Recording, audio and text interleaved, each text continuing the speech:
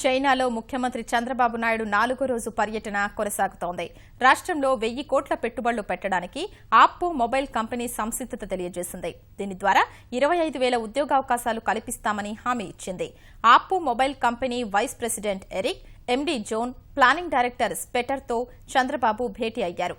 భారత్లో హార్డ్వేర్కు ఎంతో డిమాండ్ ఉందని, పాలనలో ఐటీ పరిజ్ఞానాన్ని ఉపయోగించుకోవడంలో తాము ముందున్నామని చెప్పారు.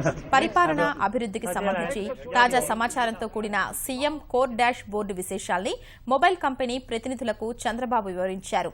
వ్యాపార అనుకూల వాతావరణం ఉన్న ఆంధ్రప్రదేశ్లో 21 రోజుల్లో అనుమతులు ఇస్తున్నామని చెప్పారు. అనేక ప్రోత్సాహకాలు లభిస్తాయన్నారు. గింఝౌ ప్రావిన్స్ వైస్ గవర్నర్ కిన్ రూ పీతో చంద్రబాబు భేటీ అయ్యారు.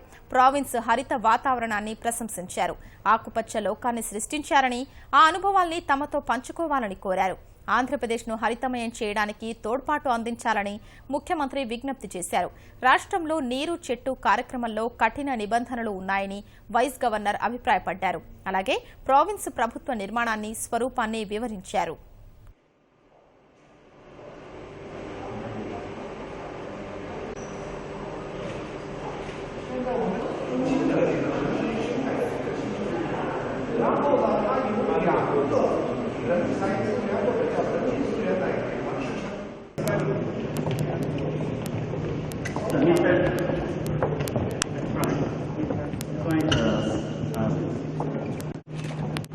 You can follow this one and zoom that onto it, on it.